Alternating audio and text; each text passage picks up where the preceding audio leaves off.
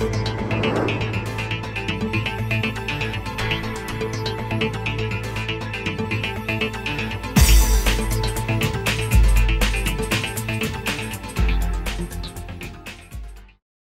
morning, Jill. Good morning, Lynn.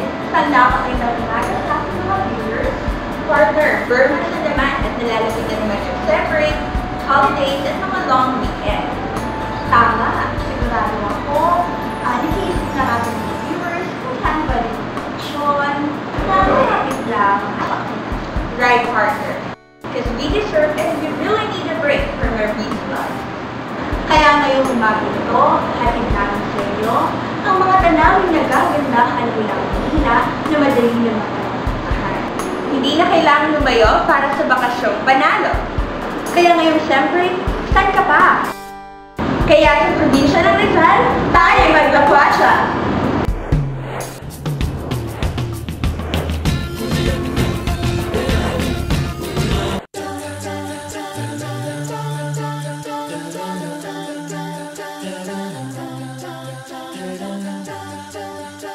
Hindi na kailangan gumastos pa sa pagsakay ng barko o eroplano. Kailangan lang ng road trip para mamasyal. 2 oras lang ng land travel papunta sa Barangay Sampaloc sa bayan ng Tanay sa Rizal. Sa wakas, nandito na kami ngayon sa napakagandang place at relaxing sa Sierra Madre Resort! Bukod sa magandang tanawin, there's so much more about this resort. So let's get inside! Just a small town girl. Dito namin nadiskubre ang Sierra Madre Resort na hindi pa gaanong alam ng karamihan at naghihintay lang mapuntahan. Hindi lang panalo sa view, panalo rin sa dami ng pwedeng gawin. Nandito na po tayo ngayon sa loob ng Sierra Madre Resort at tingnan natin ang kanilang viewing deck. Let's go!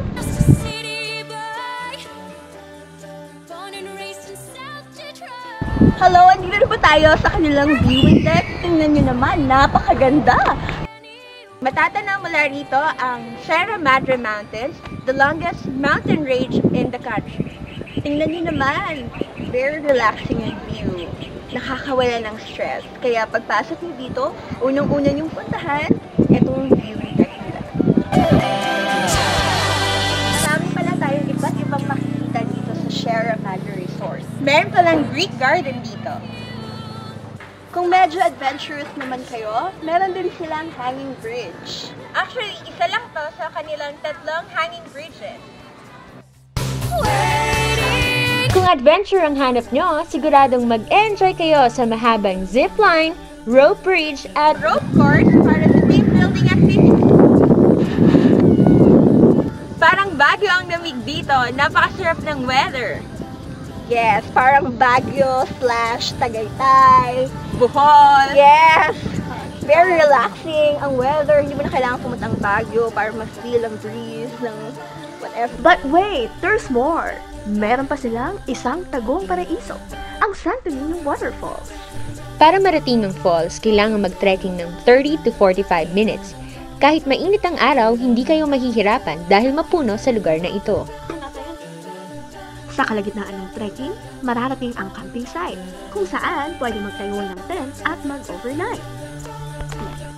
Para hindi maligaw, mas mainam magpasama sa tour guide. Pagkatapos ng ilang pang minuto, bubulaga sa inyo ang Santo Niño Waterfalls. Tinatayang 20 feet ang taas nito. Malakas ang bagsak ng tubig.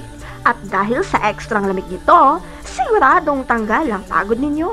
Nandito na tayo ngayon sa Santo Niño Waterfalls! Sa halagang 150 pesos, pwede nang magbabad sa swimming pool na overlooking sa Sierra Madre Mountain Range. May mga rooms na pwedeng rentahan ng mga pamilya o magbabarkada sa halagang 2,000 hanggang 3,500. Hindi na kailangang lumayo at ma-stress sa gastos para makapag-relax at makapag-bonding sa inyong pamilya o mga kaibigan. Dahil sa Sierra Madre Resort, may maikling distansya lamang ang lalakbayin para mapuntahan ang makapigil hiningang mga tanawin at masubukan ang mga adventures dito.